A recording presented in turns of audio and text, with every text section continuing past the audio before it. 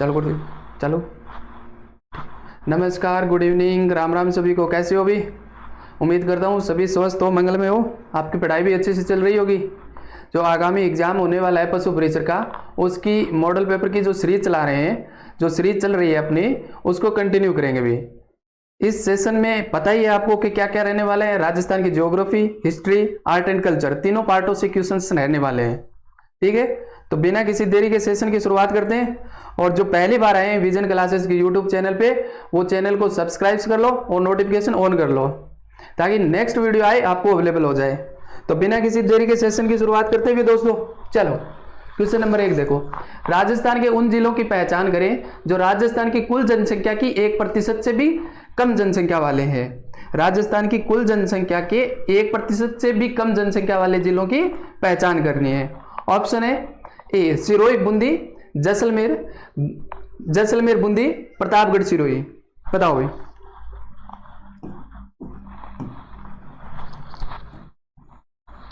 राजस्थान की कुल जनसंख्या तो पता ही आपको 685 करोड़। कितनी है? 685 करोड़, या यूं कहूं मैं 685, 48, 437। ये लो भाई। कुल जनसंख्या के 1% से भी कम जनसंख्या वाले जिलों की अपने को पहचान करनी है। कौन सा आंसर हो जाएगा भाई दोस्तों? बफरिंग तो नहीं मार रहे? अभी कौन सा हो जाएगा? जैसलमेर हो जाएगा। कौन सा हो जाएगा? जैसलमेर हो जाएगा। कितनी है जनसंख्या दोस्तों? 0.98%। 0.98%। अगर अपने से ये पूछ ले कि राजस्थान के उन जिलों को बताइए आप कि 10 लाख से भी कम जनसंख्या वाले जिले हैं, अगर अपने से पूछ ले कि 10 लाख से भी कम जनसंख्या वाले जिले, 10 लाख से कम कितने जिले हो जाएंगे? 2 हो जाएंगे दोस्तों। कौन कौन से हो जाएंगे? नंबर 1 तो हो ही जाएगा जैसलमेर। कौन सा हो जाएगा? जैसलमेर। दूसरा हो जाएगा प्रतापगढ़।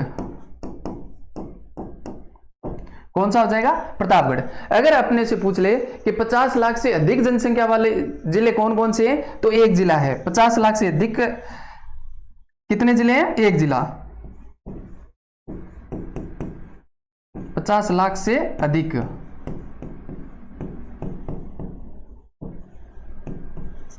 कितने जिले हैं? एक।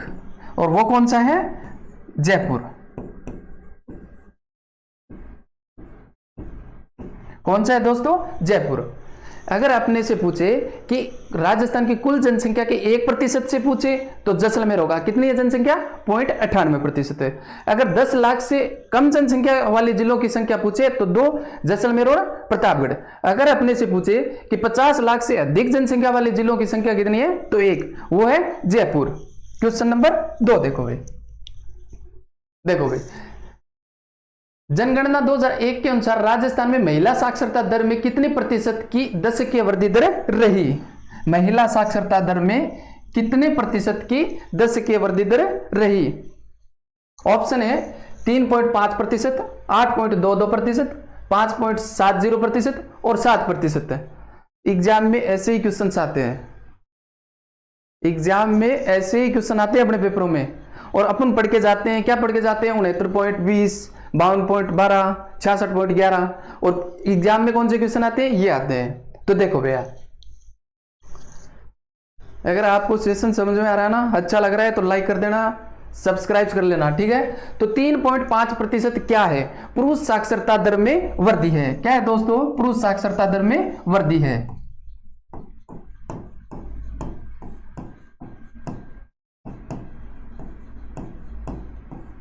पुरुष साक्षरता में वृद्धि 8.22% क्या है दोस्तों? 8.22% क्या है? महिला साक्षरता दर में वृद्धि है। महिला साक्षरता दर में वृद्धि है। 5.7% क्या है? साक्षरता में वृद्धि दर है। 5.70% क्या है? साक्षरता में वृद्धि दर है।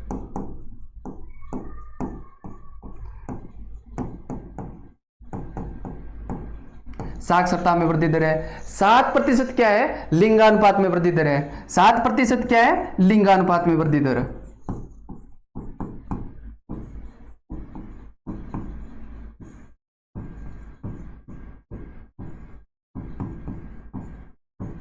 ठीक है, ये बात हुई अपने जो वृद्धि दर की। अब पुरुष साक्षरता दर कितनी है, महिला साक्षरता दर कितनी है, इन पे चर्चा करते हैं। पुरुष साक्षरता दर कितनी रही है? 79.20%। और महिला साक्षरता कितनी है भाई? 52.12%। और जो अपनी साक्षरता दर है वो कितनी है दोस्तों? साक्षरता दर है 66.11%। और लिंगानुपात कितना है? 928। एक और बात ये आप ध्यान में रखना कि जनगणतों में कितनी प्रतिशत की वृद्धि हुई।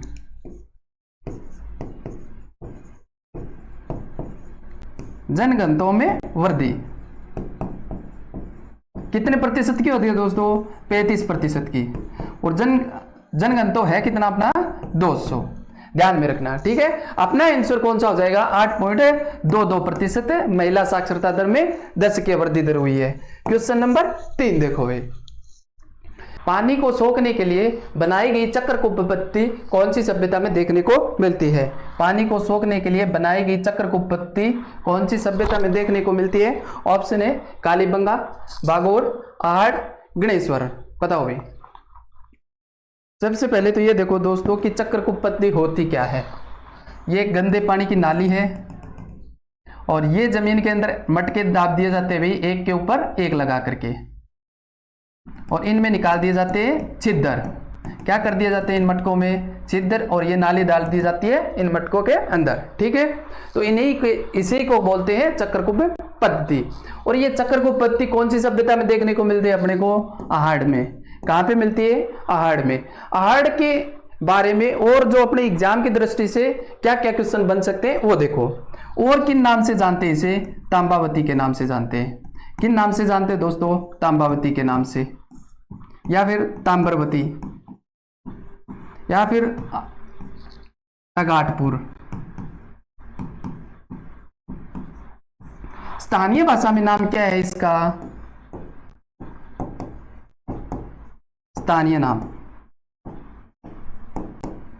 धूलकोट। क्या है दोस्तों? धूलकोट। और क्या कहते हैं इनको? मृतकों का टीला। मृतकों का टीला या फिर महासतियों का टीला।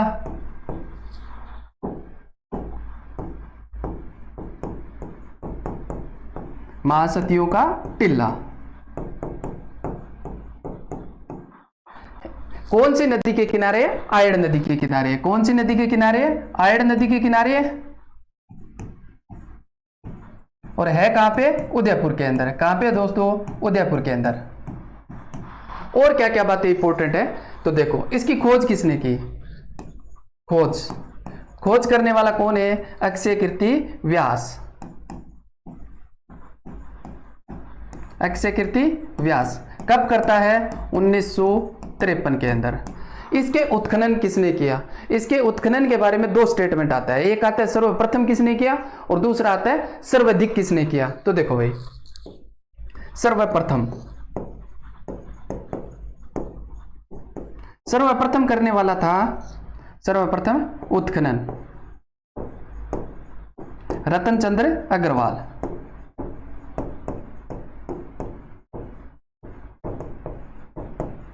रतन चंद्र अग्रवाल कब करता है? 1955-56 के अंदर। और सर्वाधिक कौन करता है? HD सांकलिया।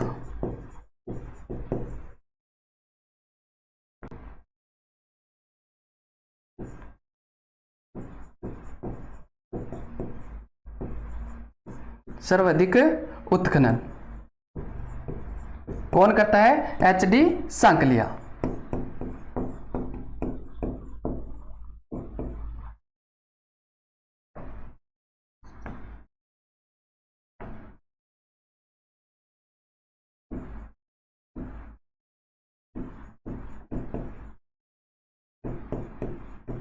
HD सांकलिया। कहां से थे ये? पूना विश्वविद्यालय के प्रोफेसर थे।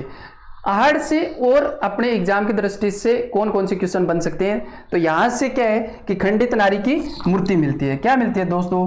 खंडित नारी की मूर्ति मिलती है। खंडित नारी की मूर्ति मिलती है। 6 मुद्रा मिलती है, 6 तांबे की मुद्रा मिलती है और 3 मोहरे मिलती है। कितनी मिलती है? 3 मोहरे मिलती है। बिना हत्थे का जलपात्र मिलता है। क्या मिलता है? बिना हत्थे का जलपात्र मिलता है। तो ठीक है दोस्तों, चक्र को उत्पत्ति कहां से कौन सी सभ्यता में देखने को मिलती है? आहड़ में मिलती है। तांबावती, ताम्रवती, अगाटपुर कौन सी सभ्यता के नाम है? आहड़ के। इसको और किन नाम से जानते हैं? मृतकों का टीला या महासतियों का टीला। स्थानीय भाषा में नाम क्या है? धूलकोट। आयड़ नदी के किनारे और उदयपुर में। इसकी खोज किसने की? रतन अक्षयकीर्ति व्यास ने 1953 के अंदर। उत्खनन का कार्य किसने किया? सर्वप्रथम की पूछे तो कौन है? रतनचंद्र अग्रवाल। सर्वाधिक की बात करें तो एचडी सांकलिया। इसके उत्खनन का कार्य कितने सत्रों में होता है दोस्तों? 3 सत्रों में होता है। कितने सत्रों में होता है? 3 सत्रों में होता है। 3 सत्रों में इसका उत्खनन का कार्य होता है। और कालीबंगा का पूछे तो कितने सत्रों में होता है? 5 सत्रों में होता है। क्वेश्चन नंबर 4 देखो भाई दोस्तों, सुम्मिलित कीजिए।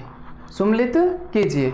एक साइड में शहीदों के नाम दिए गए और संबंधित घटना दी गई है। कौन सा व्यक्ति कौन सी घटना से संबंधित है?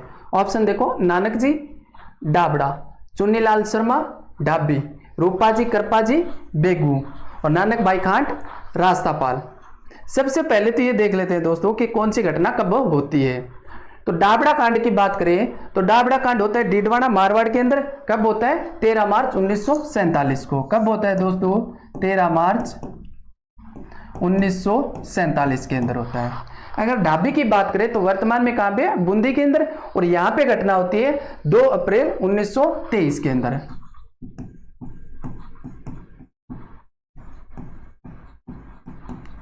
2 अप्रैल 1923 के अंदर। अगर बेगू की बात करें तो ये कहां पे है? चित्तौड़गढ़ में। कहां पे है दोस्तों? चित्तौड़गढ़ में।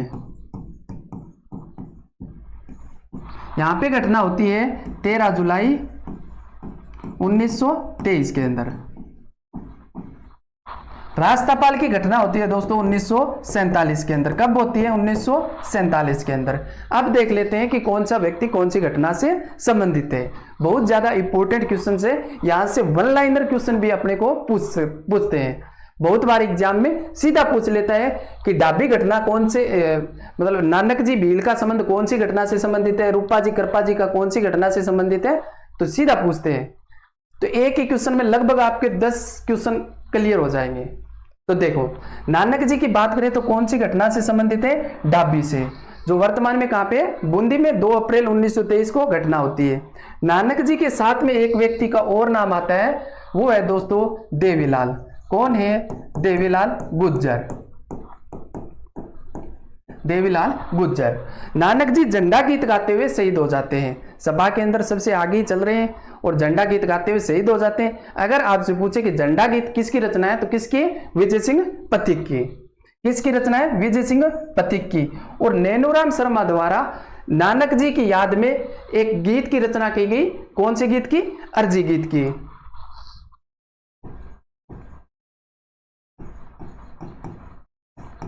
नैनूराम द्वारा नानक जी की याद में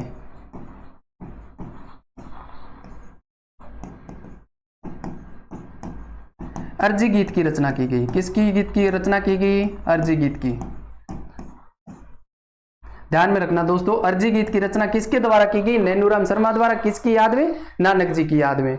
यहां पे जो गोलीबारी करने वाले जो व्यक्ति थे, तो उनके नाम के बारे में देखें तो यहां पे आता है जो हकीम थे इक्काराम हुसैन। इक्काराम हुसैन के साथ में एक व्यक्ति का और नाम आता है जो थानेदार था कल्याण सिंह। थानेदार कल्याण सिंह के साथ में देखें तो एक व्यक्ति और है जो हेड कांस्टेबल है, सरदारमल। कौन है? सरदारमल। 3 व्यक्तियों के नाम याद रखने हैं अपने को जो डाबी कांड से संबंधित हैं। इक्काराम हुसैन, कल्याण सिंह और सरदार सिंह। ठीक है। चुन्नीलाल की बात करें तो चुन्नीलाल कौन सी घटना से संबंधित है? डाबड़ा से। कौन सी घटना से संबंधित है? डाबड़ा से। रूपा जी कृपा जी की बात करें दोस्तों तो कौन सी घटना से है? बेगू से। बेगू घटना से 2 बातें याद रखनी है अपने को। कौन सी बातें याद रखनी है? देखो, बेगू से एक तो बात याद रखनी है अपने को, ट्रेंच आयोग सीधा पूछा जाता है एग्जाम में। ट्रेंच आयोग कौन सी किसान आंदोलन से संबंधित है?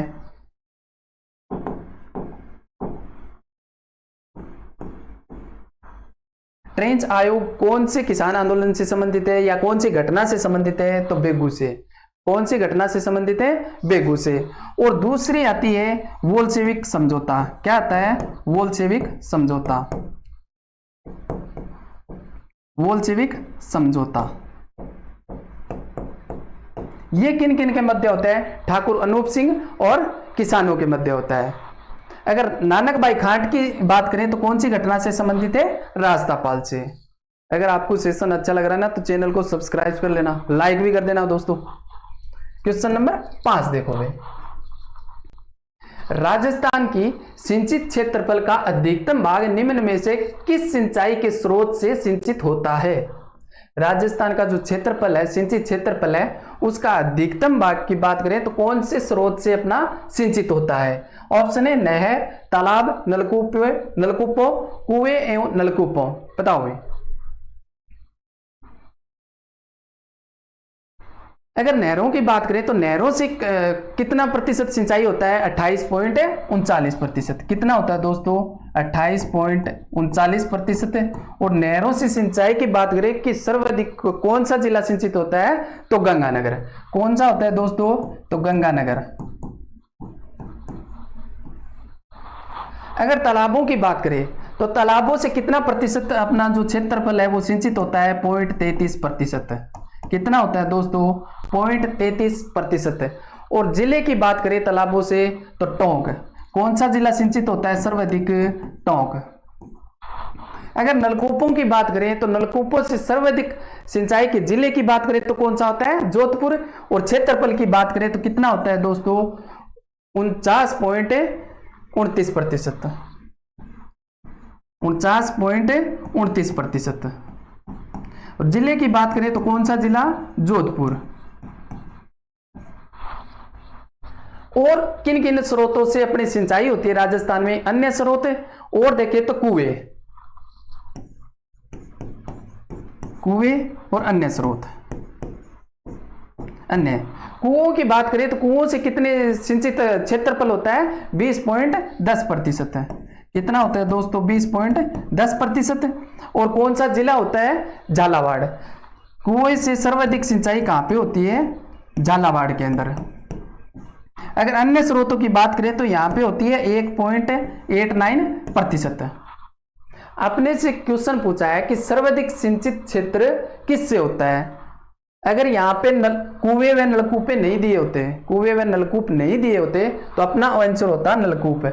लेकिन कुएं व नलकूप दोनों को मिलाकर के पूछा है, दोनों को मिलाकर के पूछा है। तो दोस्तों कितना हो जाएगा अपना? 4929 और 20.10%। 93.96 टोटल की बात कर रहा है दोनों की, कुएं व नलकूपों की। तो अपना आंसर क्या हो जाएगा? डी हो जाएगा। क्या हो जाएगा? डी। कितना प्रतिशत होता है दोस्तों? 69.39%। और सर्वाधिक जिले की बात करें, कुएं व नलकूपों से सर्वाधिक सिंचाई कहां पे होती है? तो जोधपुर के अंदर है। आंसर अगर अपने को जिला पूछ ले तो क्या होगा? जोधपुर। क्या होगा दोस्तों? जोधपुर होगा। क्वेश्चन नंबर 6 देखो भाई, किस विकल्प में निम्नलिखित घटनाओं का सही कालानुक्रम है? सही कालानुक्रम है। ऑप्शन है मालपुरा टोंक का युद्ध, पाटन नीम के थाना का युद्ध, टूंगा का युद्ध। अगर आपने पहला मॉडल पेपर देखा है तो वहां पे मैंने विस्तार से आपको बताया है दोस्तों कि टूंगा का युद्ध किन किन के मध्य लड़ा और कब हुआ। देखो भाई, टूंगा के युद्ध की बात करें तो यह कब लड़ा जाता है? 28 जुलाई 1787 के अंदर। कब लड़ा जाता है? 28 जुलाई 1787 के अंदर।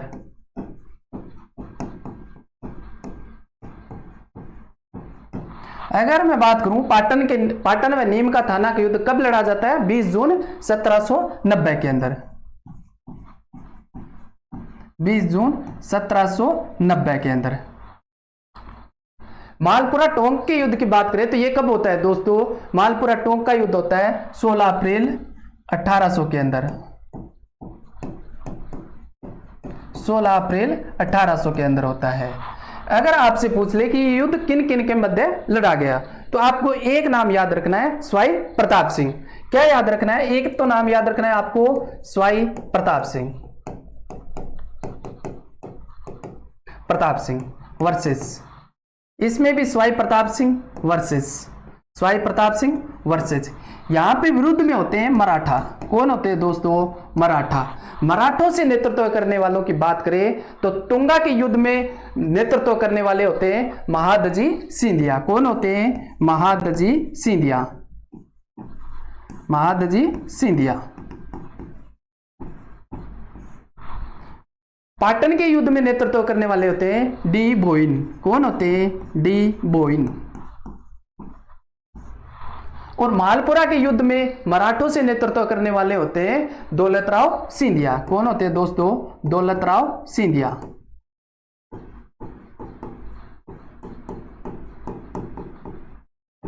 दौलतराव सिंधिया, ये आपको ध्यान में रखना है। तुंगा का युद्ध होता है 28 जुलाई 1787 के अंदर। पाटन अथवा नीम का थाना का युद्ध होता है 20 जून 1790 के अंदर। और मालपुरा टोंक का युद्ध होता है 16 अप्रैल 1800 के अंदर। स्वाई प्रताप सिंह और मराठों के बीच में होता है।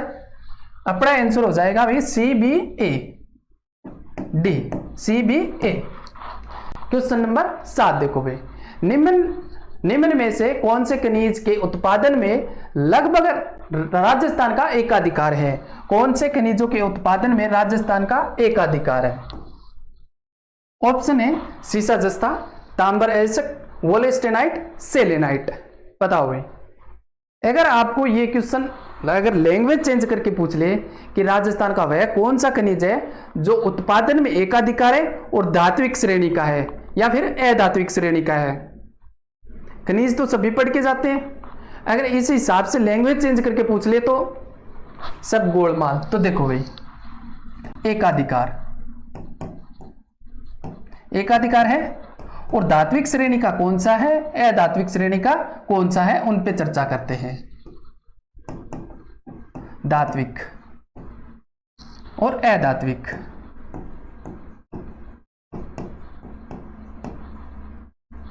सबसे पहले देखो कि राजस्थान में एकाधिकार रखता है और धात्विक श्रेणी का खनिज है सीसा जस्ता। नंबर 1 है सीसा जस्ता।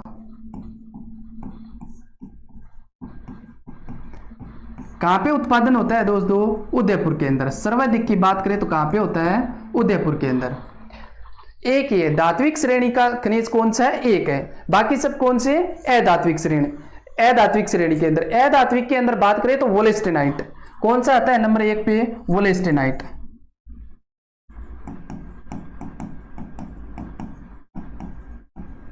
वोलेस्टेनाइट। सर्वाधिक की बात करें तो कहां पे होता है? उदयपुर के अंदर। अब आप ये कह दोगे कि सर सिरोही भी आता है, तो अगर आपको सर्वप्रथम उत्पादन की पूछ ले तो क्या करना है? सिरोही करना है।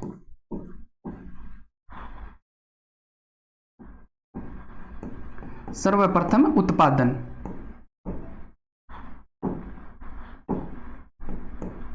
उत्पादन क्या करना है? सिरोही। नंबर 2, दूसरा खनिज कौन सा है जो अधात्विक श्रेणी से? तांबड़ा अथवा गार्नेट। कहां पे मिलता है? टोंक में। तांबड़ा व गार्नेट। कहां पे उत्पादन होता है सर्वाधिक? टोंक के अंदर। नंबर 3, तीसरे नंबर का दोस्तों कौन सा खनिज है? जास्पर। कहां पे मिलता है? जोधपुर ग्रामीण के अंदर।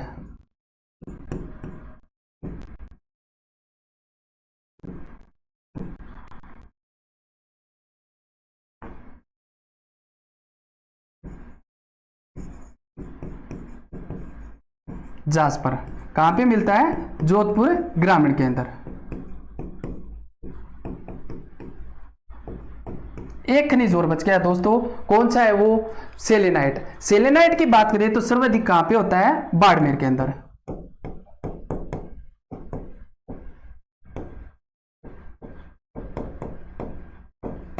बाड़मेर के अंदर सर्वाधिक कहां पे होता है सेलेनाइट? बाड़मेर के अंदर।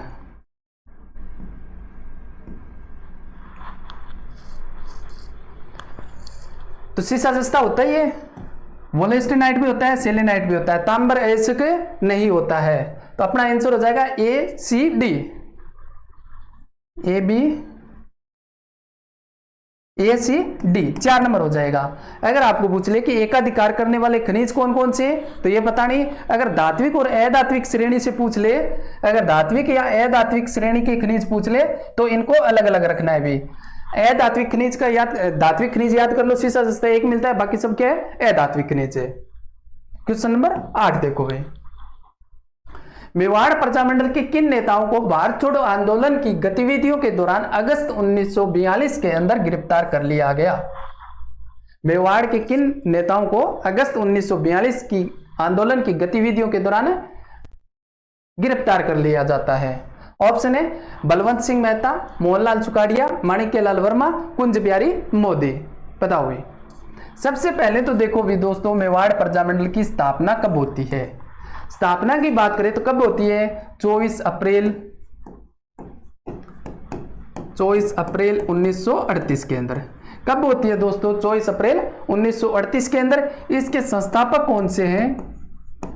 संस्थापक कौन है? जो स्थापना करते हैं वो कौन है वे? माणिक्यलाल वर्मा। कौन है भी दोस्तों? माणिक्यलाल वर्मा। माणिक्यलाल वर्मा द्वारा स्थापना की जाती है। और इसके जो प्रथम अध्यक्ष बनाए जाते हैं वो किसे बनाए जाते हैं? अध्यक्ष किसको बनाते हैं? बलवंत सिंह मेहता को। बलवंत सिंह मेहता को।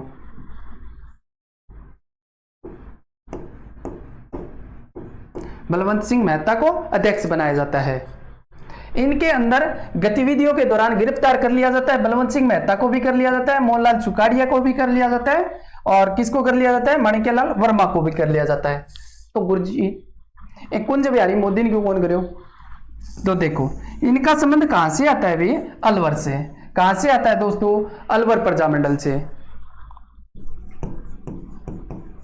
अलवर प्रजामंडल। अलवर प्रजामंडल की स्थापना करते हैं कब? 1938 के अंदर।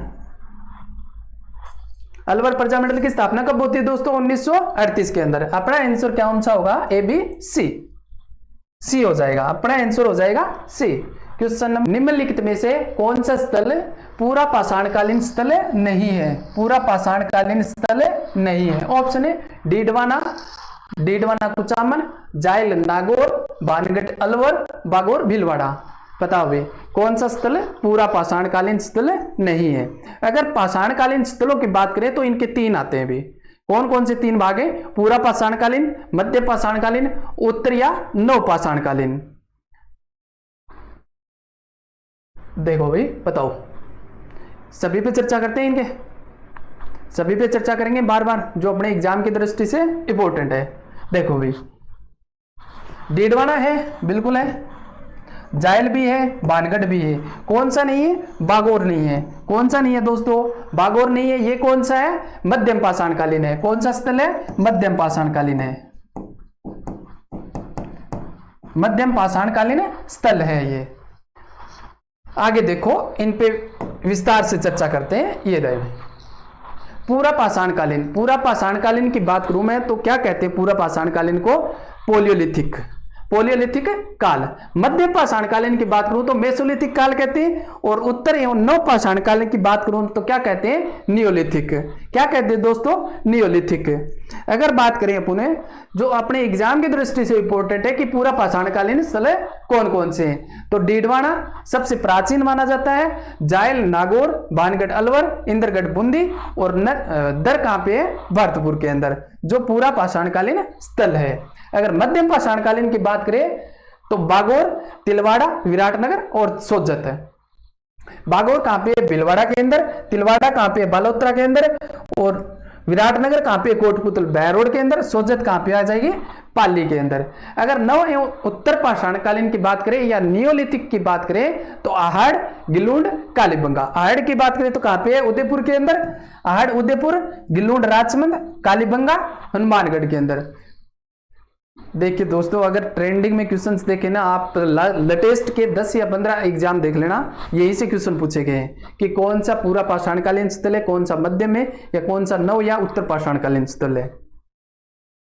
ये कोई नहीं पूछ रहा कि आड़ कहाँ पे है, गिलुंड कहाँ पे है, तिलवाड़ा कहाँ पे है, यही पूछ रहे हैं। ठीक है, तो ये पीडीएफ आपको कहाँ पे मिल जाएगी, अपने जो टेलीग्राम चैनल है वहां पे मिल जाएगी। कहाँ पे मिल जाएगी दोस्तों, टेलीग्राम चैनल पे मिल जाएगी। वहां से ये डाउनलोड करके दोबारा और देख लेना भाई। टेलीग्राम चैनल है अपना विजन क्लासेस के नाम से, विजन क्लासेस 772 के नाम से है, वहां पे ये आपको पीडीएफ मिल जाएगी, डाउनलोड कर लेना। आगे भी बहुत ज्यादा इंपॉर्टेंट बातें हैं, वो भी पीडीएफ के अंदर आपको अवेलेबल करवा दूंगा, ज्यादा टाइम नहीं लगाएंगे आप। किसान यूनियन क्यों पुस्तक किसके द्वारा लिखी गई है, किसान यूनियन क्यों पुस्तक किसके द्वारा लिखी गई। ऑप्शन है वैद्य मग्गाराम, चौधरी कुंभाराम आर्य, बिरबल सिंह, दरबारा सिंह। पता हो गई किसके द्वारा लिखी जाती है, चौधरी कुंभाराम आर्य के द्वारा। चौधरी कुंभाराम आर्य के द्वारा कौन सी पुस्तक लिखी जाती है, किसान यूनियन क्यों। क्वेश्चन नंबर 11 देखो भाई, देखो भाई सूची 1 को सूची 2 से मिलान कीजिए, सूची 1 को सूची 2 से मिलान कीजिए। ऑप्शन है जंतर तत्वाद्यंतर, श्रीमंडल अवनद वाद्यंत्र, पखावज सुशीर वाद्यंत्र, रणबेरी घन वाद्यंत्र। पता हो भाई, कंप्लीट ही करवा दूंगा, आप टेंशन मत लो। ये वाद्य यंत्र है ना, अभी कंप्लीट करवा दूंगा 5 मिनट के अंदर, टेंशन मत लो आप, अभी कर देंगे। देखो अगर विस्तार से देखना है आपको वाद्य यंत्र, तो एमसीक्यूज की स्पेशल बनाई हुई वीडियो वो देख सकते हैं आप, प्ले लिस्ट में आपको मिल जाएगी। तो जंतर कौन सा वाद्य यंत्र है अभी, जंतर कौन सा है, तत्वाद्य यंत्र। कौन सा है दोस्तों, तत्वाद्य यंत्र है। जंतर कौन सा है, तत्वाद्य यंत्र है। श्रीमंड की बात करें तो कौन सा वाद्य यंत्र है, घन वाद्य यंत्र है। कौन सा वाद्य यंत्र है, श्रीमंड घन वाद्य यंत्र है। पखावज की बात करें तो कौन सा है, अवनद वाद्य यंत्र। इन पे और भी चर्चा करेंगे कौन सा वाद्य यंत्र की क्या क्या विशेषता है। रणबेरी की बात करें तो कौन सा वाद्य यंत्र है, सुशीर वाद्य यंत्र है। कौन सा है, सुशीर वाद्य यंत्र है। सभी पर चर्चा करेंगे, टेंशन मत लो आप, याद करवा दूंगा एक एक नाम अलग अलग। तो अपना क्या हो जाएगा, 1 में 1, 1 4 2 3, 1 4 2 3, 1 4 2 3, 1 4 2 3, 1 2 में दे रखे हैं भैया, 1 कट कर दो अपने को, 1 कर लो। यहाँ पे क्या कर दो, यहाँ पे कर दो आप 3 कर दो, यहाँ पे 4 कर दो। ठीक है, 1 में 1, बी में 4 और सी में 2 3। ठीक है भाई, एक क्वेश्चन अपना सही होगा, एक नंबर अपना सही होगा। अब देखो कि कौन से वाद्य यंत्र किन किन श्रेणी में आते हैं, कौन से वाद्य यंत्र की क्या विशेषता है वो देखो भाई। घन वाद्य यंत्र कौन से होते हैं, सबसे पहले देखो कि घन वाद्य यंत्र कौन से होते हैं भाई। घन जो धातु के बने होते हैं, कौन से होते हैं, जो धातु के बने होते हैं।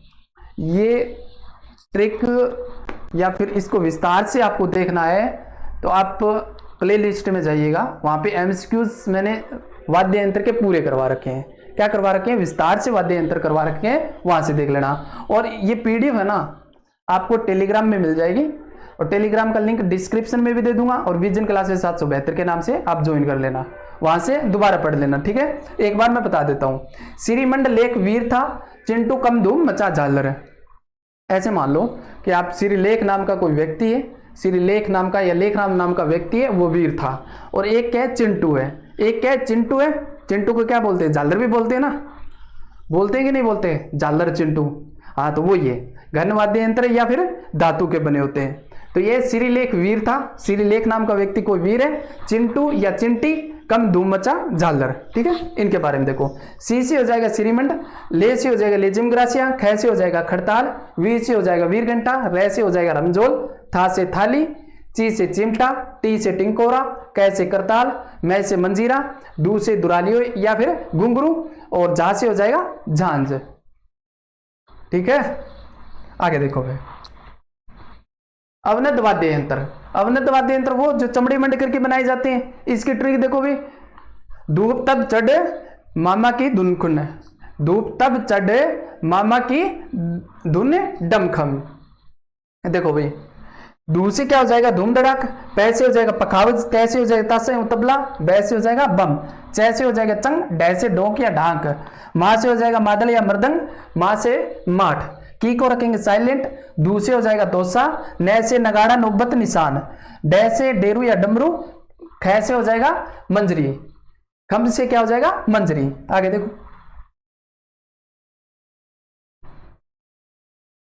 तत्वाद्य यंत्र, तत्वाद्य यंत्र या तार के बने होते हैं, या फिर तार की बात करूं तो तांबे या फिर लोहे के। ऐसे तो बोल दोगे सर कि घोड़े के नाल, घोड़े के बाल के भी वाद्य यंत्र बनते हैं। तो अपना ध्यान किधर जाता है, सबसे पहले तार का नाम ले तो लोहे पे जाता है ना। हाँ, तो ध्यान रखना। तो लोहे से और क्या बनी होती है, कार बनी होती है ना। लोहे से क्या बनी होती है, कार बनी होती है। तो देखो जग्गू नाम का कोई व्यक्ति है, फ्रोडी एक नंबर को है, कहनी देख ले रोड पर जानती तो कौन ही होगा कि बजार है भाई है। तो जग्गू की कार से सारे दूर हो जाओ, बुथे बजाओ ने वह देख रहा नाका हो जे है, तो ज्यादा बजाओ ना वह देख रहा नाका हो जे। तो देखो जग्गू की कार से सारे दूर हो जाओ, जग्गू की कार से सारे दूर हो जाओ। जैसे जंतर, गु से गुजरी, की को रखेंगे साइलेंट। का से कमाईचा, रे से रबाज है रबाब, रे से रबाज है रबाब। सू से सुरिंदा है सूरमंडल, और सा से सारंगी, रे से रावणत्ता, दू से दुकाको, हो जाओगे साइलेंट रखेंगे। एक तारा या दो तारा, तीन तारा, चार तारा, ये तो तारों के अंदर आई जाएंगे। चिंकारा, तंदूरा, बपंग, ये याद कर लेना भाई। चिंकार, तंदूरा, बपंग, चिंकारा। सॉरी, आगे देखो भाई, सुशीर वाद्य यंत्र फूंक से या मुंह से बजाए जाने वाले। ये तो ट्रिक आपको याद है ही, अपने को क्रेडिट नहीं चाहिए।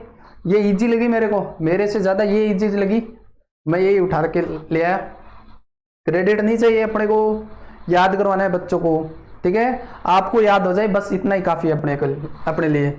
अब सनम की सहनाई पुन्ना में बजेगी, अब सनम की सहनाई पुन्ना में बजेगी। ऐसे अलगोजा, बैसे बांसुरी में बांकिया, सैसे सनम, सैसे सुरनई, सतारा सिंगा, नै से नड़, मै से मोरचंग, की से करना, सै से हो जाएगा संक, सै से सनाई से सहनाई, और पू से पुंगी एवं बीन, ना से नागफणी, मैं से मसक, और बुंगल एवं टोडा याद कर लेना भी, बुंगल एवं टोडा याद कर लेना, ये दो, ठीक है ना। ये पीडीएफ मैं दे दूंगा, टेलीग्राम चैनल पे अपलोड कर दूंगा, वहां से एक बार और देख लेना। आप बना रखिए तो बहुत बढ़िया है। आगे क्वेश्चन देखो भाई, पशु अनुसंधान केंद्र कोडमदेसर कहां पर स्थित है, पशु अनुसंधान केंद्र कोडमदेसर कहां पर स्थित है। ऑप्शन है जयपुर, सीकर, उदयपुर, बीकानेर। बताओ भाई कोडमदेसर अनुसंधान केंद्र कहां पर स्थित है, कहां पर स्थित है भी, बीकानेर के अंदर। कहां पर स्थित है दोस्तों, बीकानेर के अंदर। और बीकानेर से क्या बातें इंपॉर्टेंट हो सकती है जो अपने एग्जाम की दृष्टि से इंपॉर्टेंट है, तो क्या हो सकती है दोस्तों, जो है राजस्थान भाषा साहित्य एवं संस्कृति अकादमी, राजस्थानी भाषा साहित्य एवं संस्कृत अकादमी कहां पर स्थित है, बीकानेर के अंदर। इसकी स्थापना की बात करें तो स्थापना कब होती है, 25 जनवरी 1983 के अंदर। कब होती है दोस्तों, 25 जनवरी 1983 के अंदर। और क्या बातें इंपॉर्टेंट है, तो ये एक पुरस्कार देती है, कौन सा पुरस्कार देती है, सूर्यमल मिश्रण पुरस्कार, कौन सा देती है दोस्तों,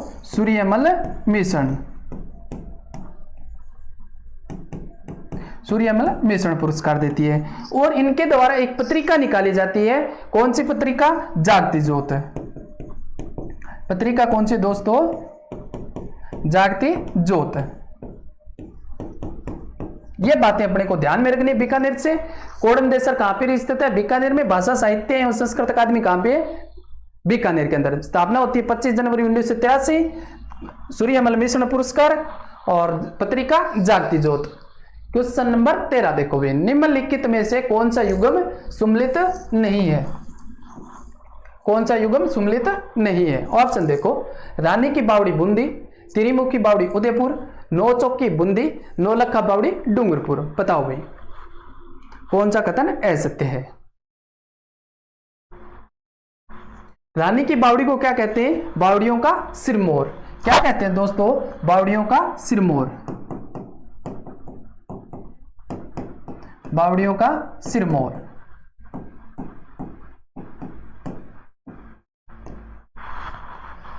इसकी स्थापना किसके द्वारा की जाती है, रानी जी की बावड़ी किसके द्वारा निर्माण की जाती है, तो नाथावती द्वारा।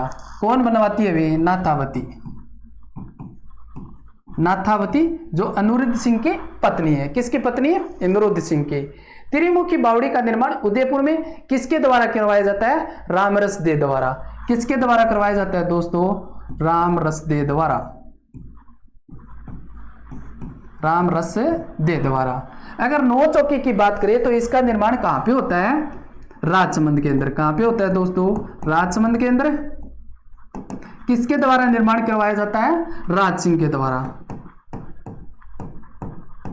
राज सिंह के द्वारा निर्माण करवाया जाता है। नौलखा बावड़ी का निर्माण देखें तो बूंदी के अंदर निर्माण कौन करवाता है? परिमल देवी। कौन करवाता है दोस्तों? परिमल देवी, जो आस्करण की पत्नी है। किसकी पत्नी है? भी आस्करण की पत्नी है। अपना एकतन पूछ रहा है तो एकतन कौन सा हो जाएगा? नौ चौकी कहां पे है? राजसमंद। निर्माण कौन करवाता है? राज सिंह। क्वेश्चन नंबर 14 देखो भाई। दक्षिणी राजस्थान में श्लेष तथा वर्ण कृषि को निम्नलिखित में से किस नाम से जाना जाता है? श्लेष तथा वर्ण कृषि को दक्षिणी राजस्थान में किन नाम से जाना जाता है? ऑप्शन है चीमाता, झुमिंग, वालद्रा, दजिया। बताओ भाई। स्लैश में काटना, वर्ण में जलाना, यही होता है ना, या उल्टा बोल दिया? यही होता है। चीमाता। चीमाता की बात करें तो क्या होता है? पहाड़ी क्षेत्रों में, पहाड़ी क्षेत्रों में भीलों द्वारा कृषि की जाती है। भी कहां पर की जाती है? पहाड़ी क्षेत्रों में। पहाड़ी क्षेत्रों में भीलों द्वारा, पहाड़ों के ऊपर जो कृषि की जाती है उसे कहते हैं चीमाता।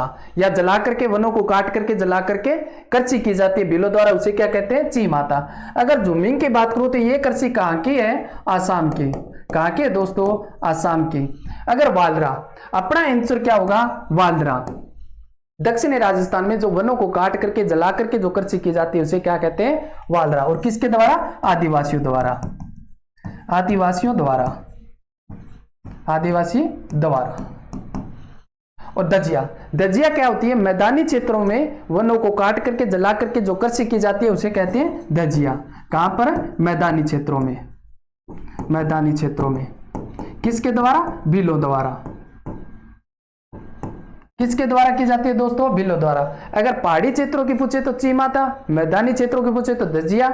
अगर सीधा आपको पूछे कि आदिवासियों द्वारा वनों को काट करके जला करके कौन सी कृषि की जाती है तो वालद्रा अपना आंसर होगा। क्वेश्चन नंबर 15 देखो। निम्नलिखित में से रिको द्वारा विकसित एग्रो फूड पार्क नहीं है। एग्रो फूड पार्क नहीं है। ऑप्शन है रानपुर कोटा, बोरानाडा जोधपुर ग्रामीण, उद्योग विहार गंगानगर, रूपनगढ़ अजमेर। बताओ भाई। सबसे पहले तो देखो रिको की स्थापना कब होती है? रिको की स्थापना होती है दोस्तों 28 मार्च 1969 को।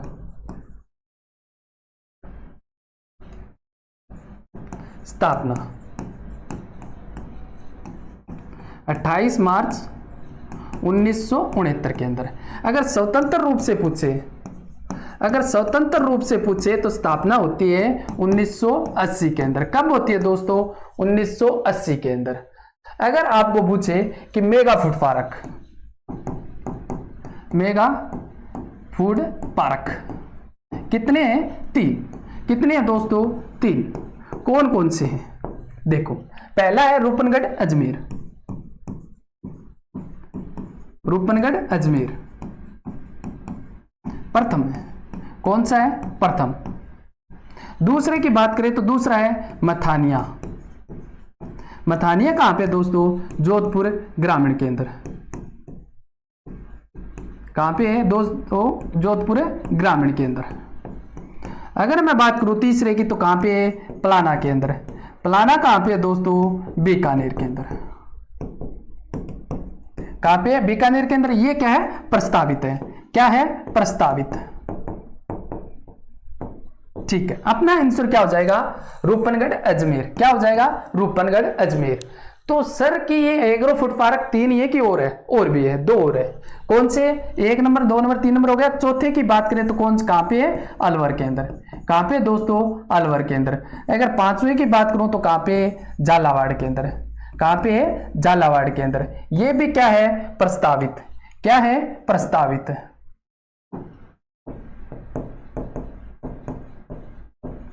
ठीक है। कोई कंफ्यूज मेगा फूड पार्क पूछे या एग्रो फूड पार्क पूछे, आज के बाद में कंफ्यूज नहीं हो गए। क्वेश्चन नंबर 16 देखो भाई, निम्न किस्मों या फिर किस्में सम्मिलित कीजिए। मक्का, डागर, डांगर किन किन पढ़ियो, डांगर पढ़ियो ना, हाँ, मक्का डागर, चावल परमल कावेरी, सरसों दुर्गामणि वरुणा, चना काबुली। बताओ भाई अपना आंसर क्या होगा। मक्का डागर बिल्कुल सही है भाई, मक्का की किस्म है डागर।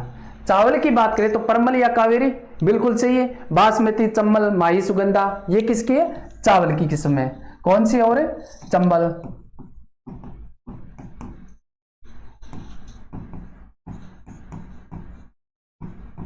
माही सुगंधा, ठीक है, ये किसकी किस्म है, चावल की। और कौन सी है, बासमती। क्या है और कौन सी, बासमती, बासमती। सरसों की दुर्गामणि या फिर वरुणा बिल्कुल सही है। चना की बात करें तो काबुली, कौन सी है, काबुली। 1 2 3 4, अपना आंसर क्या हो जाएगा, बी सही हो जाएगा। क्वेश्चन नंबर 17 देखो, साहित्य अकादमी नई दिल्ली द्वारा राजस्थानी भाषा में बाल व युवा साहित्यकार पुरस्कार दिया गया है। राजस्थानी भाषा में बाल व युवा साहित्य पुरस्कार दिया गया है। ऑप्शन है प्रहलाद सिंह व सोनाली सुतार, बी है देवेंद्र कुमार व गौरव पांडे, ए व बी देवीलाल मैया और किरण बादल।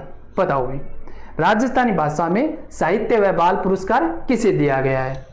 ध्यान में रखना, राजस्थानी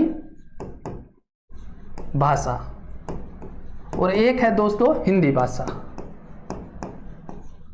हिंदी भाषा। इन दोनों में पुरस्कार दिया गया है।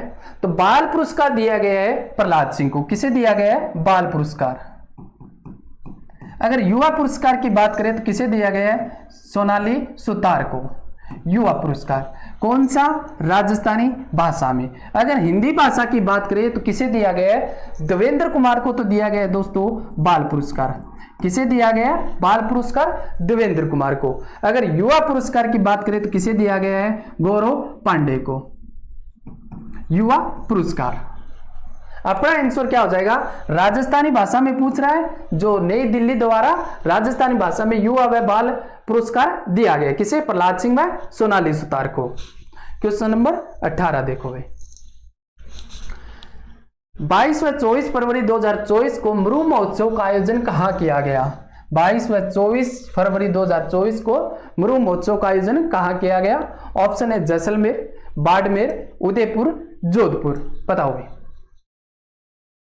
सभी को पता ही है मरु महोत्सव कहाँ पे होता है, जैसलमेर में होता है। कहाँ पे होता है, जैसलमेर में होता है। लेकिन एग्जाम में ये नहीं पूछेगा ना कि कहाँ पे होता है, एग्जाम में ये पूछेगा कि किसके द्वारा आयोजन करवाया जाता है। किसके द्वारा आयोजन करवाया जाता है, तो पर्यटन विभाग द्वारा। पर्यटन विभाग प्लस जिला प्रशासन द्वारा। किसके द्वारा, जिला प्रशासन के द्वारा। एक बात तो ये होगी। और इसके द्वारा जो पुरस्कार दिए जाते हैं वो भी अपने एग्जाम की दृष्टि से बहुत ज्यादा इंपॉर्टेंट है। देखो भाई, मिस्टर डेजर्ट, मिस मुमल और मिसेज जैसलमेर का पुरस्कार किन किन को दिया गया है। तो मिस्टर डेजर्ट का पुरस्कार किसे दिया गया है। नंबर 1 देखो, मिस्टर डेजर्ट किसे दिया गया है, श्रीकांत व्यास को। श्रीकांत व्यास को।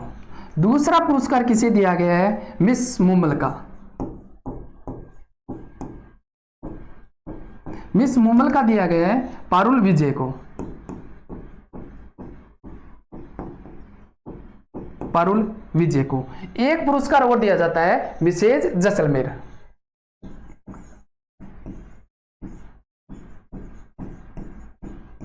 मिसेज जैसलमेर। यह पुरस्कार किसे दिया गया अभी, तो मरुधर कंवर को दिया गया है। मरुधर कंवर को दिया गया है। किसे दिया गया, मरुधर कंवर को दिया गया। मिस्टर डेजर्ट का पुरस्कार श्रीकांत व्यास को, मिस मुमल का पारुल विजय को और मिसेज जैसलमेर का पुरस्कार दिया गया मरुधर कंवर को। आयोजन किसके द्वारा किया जाता है, पर्यटन विभाग प्लस जिला प्रशासन द्वारा। कहां पे? पूनम स्टेडियम में। कहां पर किया गया? पूनम स्टेडियम के अंदर। क्वेश्चन नंबर 19 देखो भी दोस्तों, जयनारायण व्यास विश्वविद्यालय द्वारा कैंसर के इलाज के लिए, जयनारायण व्यास विश्वविद्यालय द्वारा कैंसर के इलाज के लिए कौन से पौधे पर अनुसंधान किया गया? कौन से पौधे पर अनुसंधान किया गया? ऑप्शन है तुलसी, नीम, हरड़, अश्वगंधा। बताओगे, डायरेक्ट पूछे जाएगा। कौन से पौधे पे किया गया? हरड़ पे। कौन से पौधे पे किया गया? हरड़ पे। और इसके वैज्ञानिक नाम की बात करें तो क्या होता है? Terminalia chebula.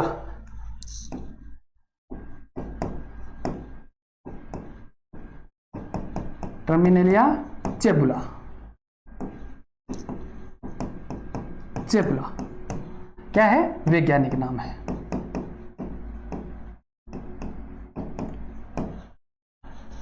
जयनारायण व्यास विश्वविद्यालय है कहां पे? जोधपुर के अंदर। कहां पे दोस्तों? जोधपुर के अंदर। क्वेश्चन नंबर 20 देखो भी, राजस्थान का दूसरा स्काउट आवासीय विद्यालय भवन कहां स्थापित किया जाएगा? दूसरा स्काउट आवासीय विद्यालय कहां स्थापित किया जाएगा? ऑप्शन है जयपुर, सीकर, सवाईमाधोपुर, अलवर। बताओ, दूसरा स्काउट विद्यालय कहां पर स्थापित किया जाएगा? पहला कहां पे है? प्रथम की बात करें तो जयपुर के अंदर है। प्रथम कहां पे है दोस्तों? जयपुर के अंदर। दूसरा कहां पे स्थापित किया जाएगा? कहां पर स्थापित किया जाएगा?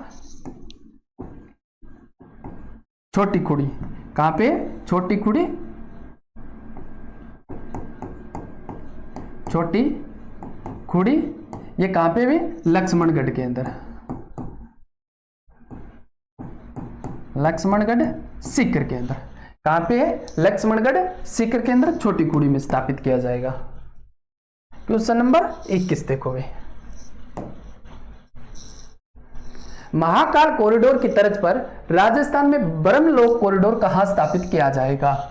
महाकाल कॉरिडोर की तर्ज पर राजस्थान में ब्रह्मलोक कॉरिडोर कहां स्थापित किया जाएगा? ऑप्शन है कोलायत बीकानेर, पुष्कर अजमेर, आमेर जयपुर, बणेश्वर डूंगरपुर। बताओ, ब्रह्मलोक कॉरिडोर कहां स्थापित किया जाएगा? बताओ, कहां पर स्थापित किया जाएगा? पुष्कर अजमेर के अंदर। कहां स्थापित किया जाएगा? पुष्कर अजमेर के अंदर।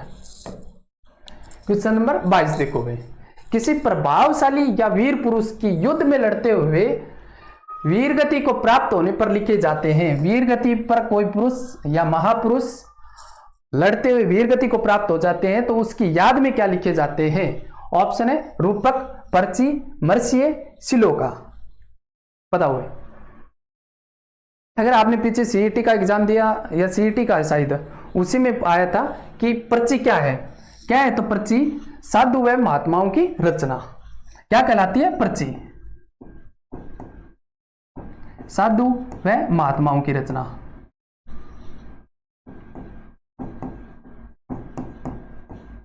महात्माओं की रचना। साधु व महात्माओं की रचना क्या कहलाती है? पर्ची कहलाती है। रूपक की बात करें तो क्या कहलाती है? रूपक होती है किसी वंश विशेष व्यक्ति या व्यक्ति विशेष की उपलब्धियों का वर्णन।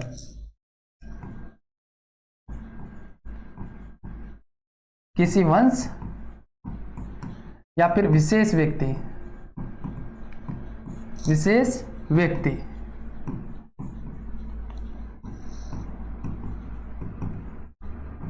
उपलब्धियों का वर्णन। वर्णन किस में किया जाता है या किया हुआ क्या कहलाता है? रूपक कहलाता है। मर्सिये या फिर क्या कहलाते हैं? मर्सिया।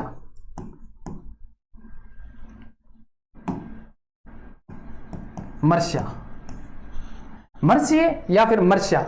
अपना आंसर क्या होगा? किसी वीर पुरुष या फिर प्रभावशाली व्यक्ति को युद्ध में लड़ते हुए मृत्यु हो जाती है तो वो किस में लिखी जाती है? उसकी याद में क्या लिखे जाते हैं? मर्सिये या मर्सिया।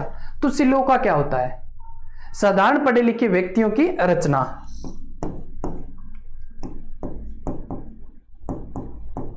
साधारण पढ़े लिखे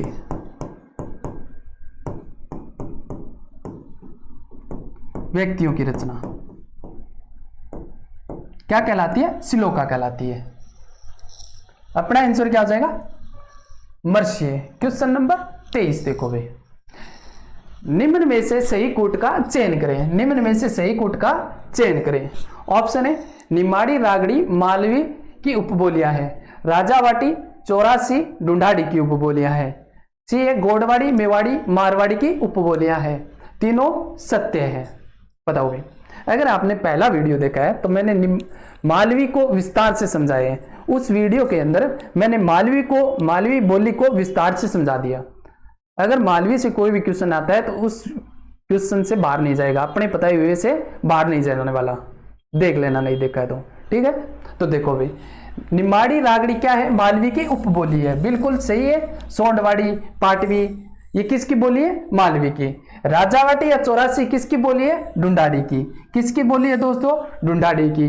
और बातें करें तो मालवी है, ढूंढाड़ी की कौन कौन सी बोली है? किशनगढ़ी, तोरावाटी, अजमेरी और चौरासी, नागरचोल, कांठेड़ी, राजावाटी, ये किसकी? ढूंढाड़ी की उपबोली है। गोडवाड़ी, मेवाड़ी, मारवाड़ी की उपबोली है, ये भी बिल्कुल सही है। इस सभी को याद करवा दूंगा, टेंशन मत लो। अब ट्रिक के माध्यम से याद करवा दूंगा। बस आप तो ये काम करना, ये अच्छे से वीडियो देख लेना और जो पीडीएफ है उसको देख लेना बाद में। मारवाड़ी की उपबोलियां है। मारवाड़ी की उपबोली कौन कौन सी है? मेवाड़ी, खेराड़ी, गोडवाड़ी, सिरोही, नागौरी, नाडिया, बागड़ी, बीकानेरी, देवड़ावाटी और डडकी व डड्डी, शेखावाटी, ये कौन सी है? सारी की सारी मारवाड़ी की उपबोली है। तो अपना आंसर क्या हो जाएगा? तीनों सही है। देखो भाई, अब देखो अपनी जो ट्रिक, ठीक है। ये मैंने भाषाएं बोलियों से संबंधित एमसीक्यूज बहुत अच्छे से करवा रखे हैं। सारी कला एवं संस्कृति के लगभग जो एग्जाम में क्वेश्चन बनते हैं वो करवा रखी है, आप देख सकते हो विस्तार से, ठीक है। तो ढूंढाड़ी की उपबोली, ढूंढाड़ी की उपबोली, उपबोली। तो ट्रिक है, राजा का तोरण किसके हाथ आया? चोरों। किसी में इतनी हिम्मत है क्या जो राजा का तोरण चुरा ले? तोरण सॉरी, है क्या किसी में इतनी हिम्मत जो राजा का तोरण चुरा ले? तो यही है, राजा का तोरण किसके हाथ आया? चोरों। सभी चोर पूछ रहे हैं भी हाथ आया कि नहीं आया, लेकिन किसी को नहीं आया, ठीक है। तो देखो, राज से हो जाएगा राजावाटी, राज से राजावाटी, का से हो जाएगा कांठेड़ी, तो से हो जाएगा तोरावाटी, न से हो जाएगा नागरचोल और की से हो जाएगा किशनगढ़ी, हाथ से हो जाएगा हाड़ोती, आ से हो जाएगा अजमेरी और चोरों से हो जाएगा चौरासी, ठीक है। राजा का तोरण किसके हाथ आया? चोर। अगली देखो भाई, मारवाड़ी की उपबोली। मारवाड़ी की उपबोली का सीधा सा है, मारवाड़ क्षेत्र, बीकानेर किस में आता है? मारवाड़ में। तो देखो, सीध में देख बिका गोड़ वापिस ने चले जाए। सीध में देख बिका गोड़ वापिस ने चले जाए। अगर आप ढंग से पूजा पाठ नहीं करोगे देवता की, अगर भगवान की, तो चले ही जाएंगे ना। हाँ, तो आराम से बैठ करके पूजा करनी चाहिए अपने को। तो यही है बस, सीध में देख गोड़, सीध में देख बिका गोड़ वापिस ना चले जाए। तो देखो, सीध में देखो भाई, देखो सीध में सी से हो जाएगा शेखावाटी, तह से हो जाएगा डडकी एवं ढाडी, डह से हो जाएगा डडकी एवं ढाडी, ये थोड़ा सा ध्यान रख लेना। दह से, मे से हो जाएगा मेवाड़ी, देख से हो जाएगा देवड़ावाटी, ख से खिराड़ी, बी से बीकानेरी, गोड़ से हो जाएगा गोड़वाड़ी, वाह से हो जाएगा वागड़ी, सह से हो जाएगा सिरोही, ना से हो जाएगा नाडिया एवं नागौरी और थली, एक क्या हो जाएगा? थली। हो जाएगा ना याद? अगर सेशन अच्छा लग रहा है ना तो सब्सक्राइब कर लेना चैनल को, ठीक है ना। हाँ, चैनल को सब्सक्राइब कर लेना। अब देखो वे, ग्रीन एनर्जी कॉरिडोर राजस्थान के किन जिलों से गुजरेगा? ग्रीन एनर्जी कॉरिडोर राजस्थान के किन जिलों से गुजरेगा? सर, ये ग्रीन एनर्जी कॉरिडोर है क्या? ग्रीन एनर्जी कॉरिडोर सौर ऊर्जा और पवन ऊर्जा को मिलाकर के बनाया गया है। किन किन को मिलाकर के बनाया गया है? सौर ऊर्जा प्लस पवन ऊर्जा, पवन ऊर्जा को मिलाकर के बनाया गया है दोस्तों, ठीक है। अगर आगे बात करूं मैं, तो ये कहां से चलता है? तो पंजाब के मोगा से लेकर के बनासकांठा गुजरात से चलता है, गुजरात तक जाता है। मोगा पंजाब से,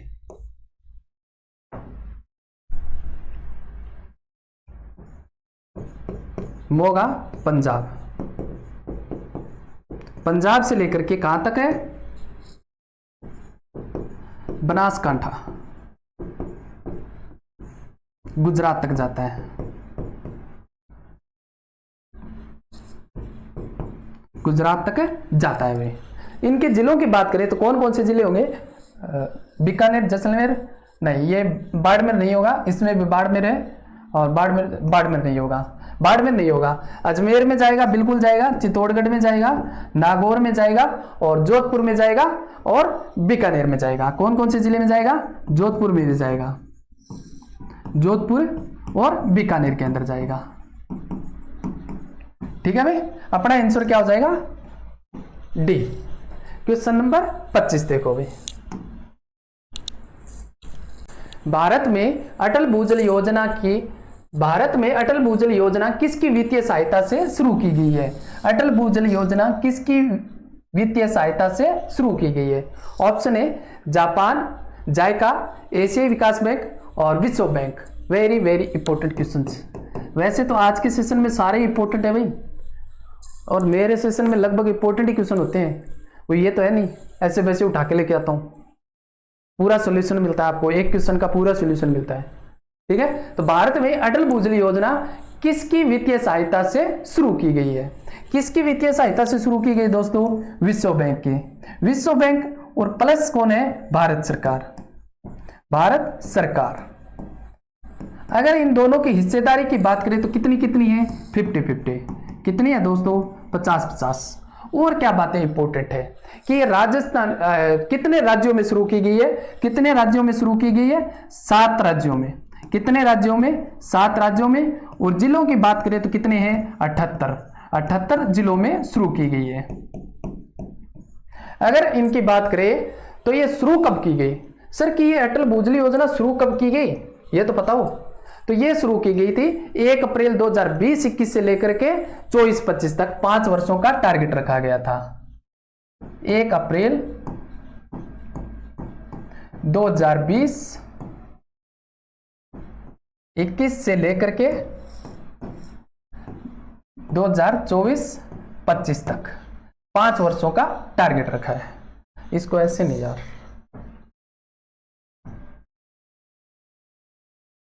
ऐसे लिखो आप।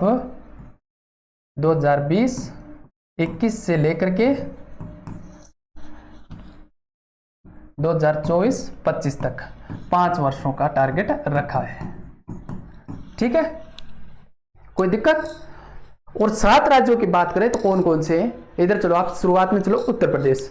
उत्तर प्रदेश से हरियाणा, हरियाणा में राजस्थान, राजस्थान से नीचे कौन से? एमपी और गुजरात, गुजरात के बाद में महाराष्ट्र और कर्नाटक। ये 7 राज्यों में शुरू की गई है, 78 जिलों में, और 1 अप्रैल 2020-21 से लेकर के 24-25 5 वर्षों का टारगेट है। भारत सरकार और विश्व बैंक के द्वारा शुरू की गई है। 50-50 हिस्सेदारी है। क्वेश्चन नंबर 26 देखो भाई।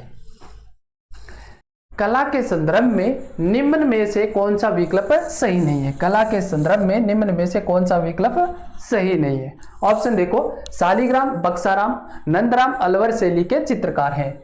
आलागिला पद्धति का प्रारंभ आमेर में हुआ। रघुनाथ डालू गोविंदराम कोटा शैली के चित्रकार हैं। चोखेला महल का संबंध बीकानेर से है। बताओ भाई कौन सा स्टेटमेंट सही नहीं है? फॉल्स है। कौन सा स्टेटमेंट फॉल्स है? बताओ भाई। शालिग्राम, बक्साराम, नंदराम अलवर शैली के बिल्कुल चित्रकार हैं। कौन से? शालिग्राम, बक्साराम, नंदराम अलवर शैली के चित्रकार हैं। और की बात करें तो कौन से हो जाएंगे? डालूराम, बलदेव, मूलचंद, नंदराम। ये सारे की सारे स्टेटमेंट चित्रकार कहां से हैं? अलवर शैली से। आलागिला पद्धति का प्रारंभ आमेर में हुआ, बिल्कुल सही है। और इन और नाम देखें तो क्या है? अराइस पद्धति, अराइस या मोराकसी पद्धति कहते हैं, मोराकसी। ये भी स्टेटमेंट बिल्कुल सही है। रघुनाथ डालू गोविंदराम कोटा शैली के चित्रकार है। और कोटा शैली के चित्रकार कौन है?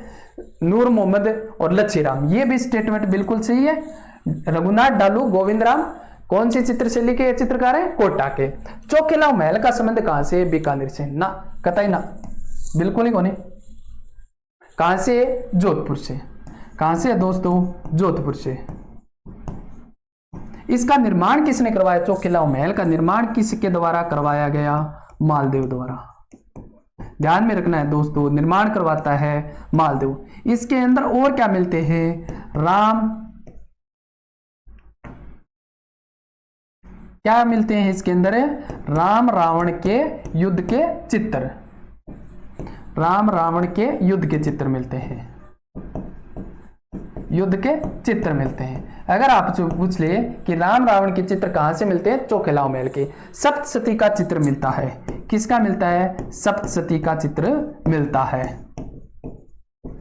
अपना आंसर क्या हो जाएगा, चौखिलाओ महल कहां पर है, बीकानेर में नहीं है, जोधपुर के अंदर है। क्वेश्चन नंबर 27 देखो भाई, निम्न में से कौन सा कथन सही नहीं है, निम्न में से कौन सा कथन सही नहीं है।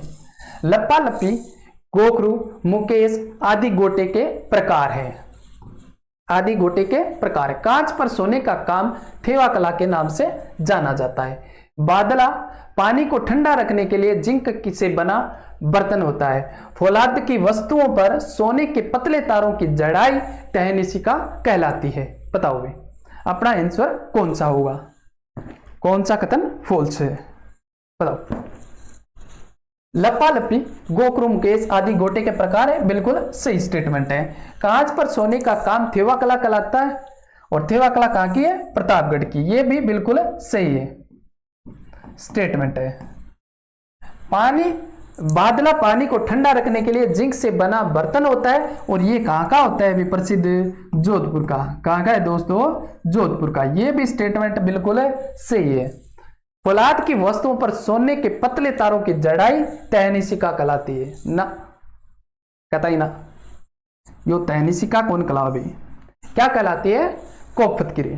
क्या कहलाती है, कोफतगिरी।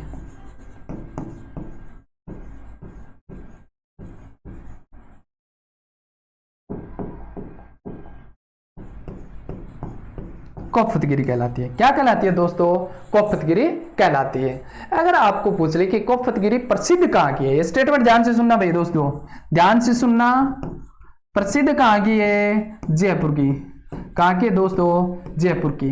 अगर आपको पूछ ले कि कोफतगिरी को जीआई टैग 1 अगस्त 2023 को कौन सी कोफतगिरी को दिया गया, तो कहां की दिया गया, उदयपुर की को जीआई टैग, उदयपुर की हो, उदयपुर की कोफतगिरी को जीआई टैग दिया गया 1 अगस्त 2023 को। लेकिन प्रसिद्ध कहां की है, जयपुर की। यह तो मेरे ही समझ से परे है अभी।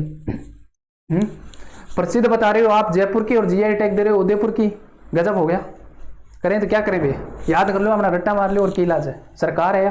तहनिशिका क्या कहलाती है, तहनिशिका सिर्फ और सिर्फ एक चेंज है, छोटा सा चेंज है, वो बताऊंगा, ध्यान में रखना आप, ठीक है। डिजाइन की खुदाई करके,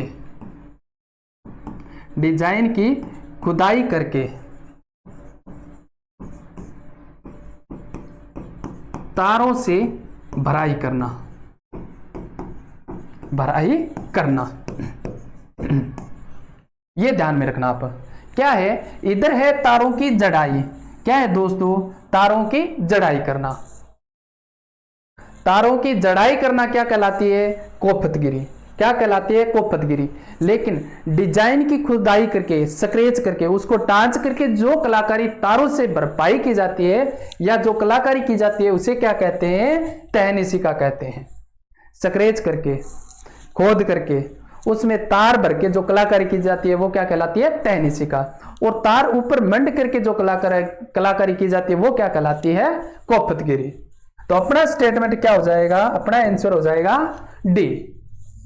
क्वेश्चन नंबर 28 देखो भाई, निम्न में से राजस्थान में निर्मित गुप्तकालीन मंदिर है, राजस्थान में निर्मित गुप्तकालीन मंदिर है।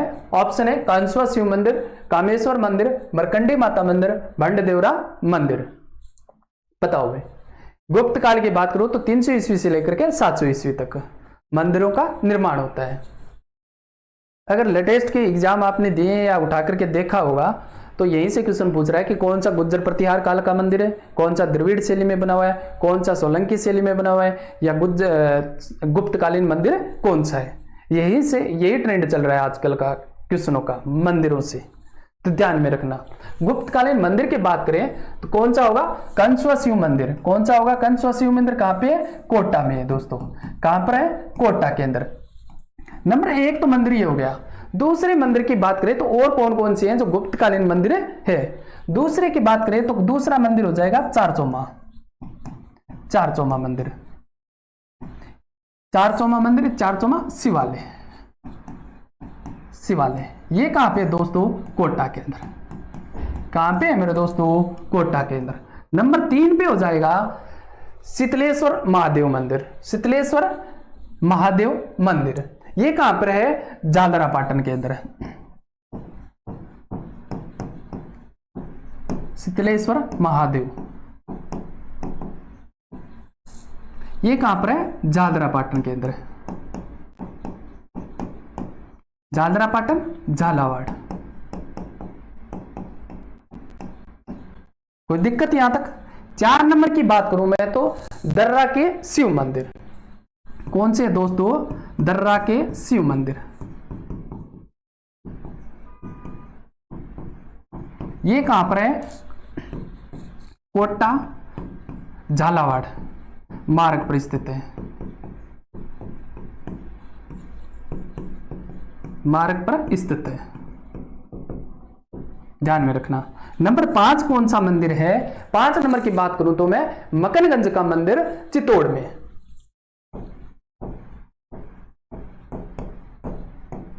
मकनगंज मंदिर ये कहां पे दोस्तों? चित्तौड़गढ़ के अंदर। जो अपने एग्जाम की दृष्टि से बहुत ही ज्यादा इंपॉर्टेंट है ये गुप्तकालीन मंदिर। अगर सेशन अच्छा लग रहा है ना, सब्सक्राइब कर लेना, ठीक है ना? सब्सक्राइब कर लो, आगे भी ऐसे ही क्वेश्चंस मिलते रहेंगे। कंसवा शिव मंदिर कहां पे स्थित है? कोटा में। निर्मित है गुप्तकालीन। चारचौमा शिवालय कहां पर है? कोटा में। शीतलेश्वर महादेव झालरापाटन, झालावाड़ के अंदर। दर्रा के शिव मंदिर कोटा, झालरापाटन, झालावाड़ के मार्ग पर स्थित है। मकनगंज का मंदिर कहां पर है? चित्तौड़गढ़ में। अपना आंसर हो जाएगा कंसवा शिव मंदिर कोटा के अंदर। क्वेश्चन नंबर 29 देखो भाई। बिजोलिया किसान आंदोलन के दूसरे चरण के नायक कौन थे? दूसरे चरण के नायक कौन थे? बिजोलिया किसान आंदोलन की बात करूं मैं तो कब से कब होता है? 1897 से लेकर के 1941 तक होता है।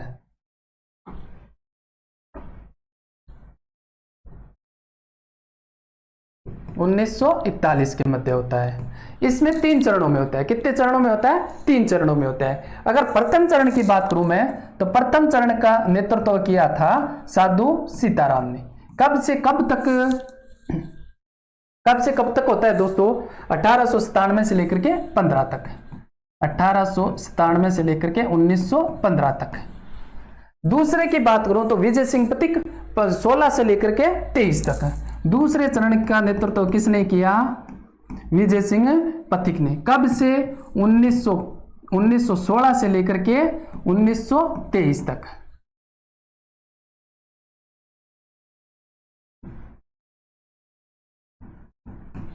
(1915 तक), ठीक है। अगर तीसरे चरण की बात करूं मैं तो तीसरे चरण में माणिक्यलाल वर्मा। माणिक्यलाल वर्मा के साथ में 2 व्यक्तियों के और नाम आते हैं, हरिभाऊ उपाध्याय या जमनालाल बजाज। तीसरा चरण। तीसरा चरण रहता है 1923 से लेकर के 1941 तक रहता है।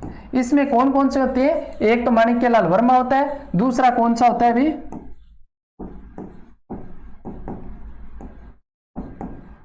हरिभाऊ उपाध्याय।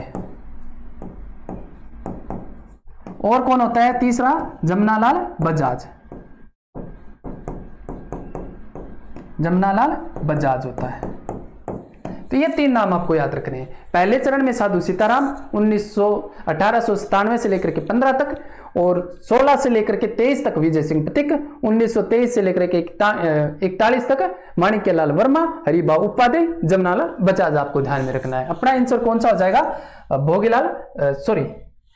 विजय सिंह पथिक। दूसरे चरण में कौन करते हैं नेतृत्व? तो विजय सिंह पथिक करते हैं।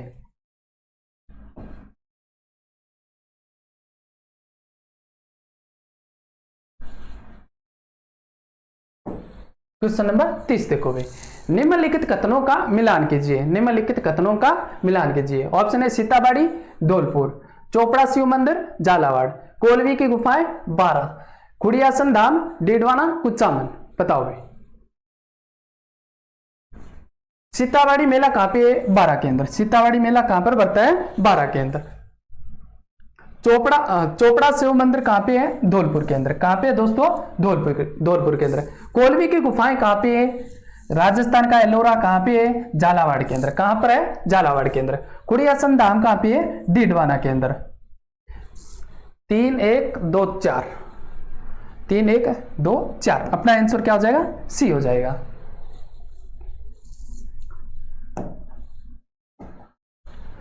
ठीक है दोस्तों, उम्मीद करता हूं कि आज का सेशन आपको अच्छा लगा होगा। चैनल को सब्सक्राइब कर लेना, लाइक कर देना वीडियो को, और जो अपना टेलीग्राम चैनल है उसको ज्वाइन कर लेना। वहां पे ये आपको पीडीएफ अवेलेबल हो जाएगी। टेलीग्राम चैनल है अपना, टेलीग्राम चैनल है विजन क्लासेस। विजन क्लासेस 772 के नाम से है दोस्तों। इसको ज्वाइन कर लेना, वहां पे पीडीएफ आपको मिल जाएगी। ठीक है, उम्मीद करता हूं कि आज का सेशन आपको अच्छा लगा होगा। मिलते हैं एक नई वीडियो के साथ में। धन्यवाद।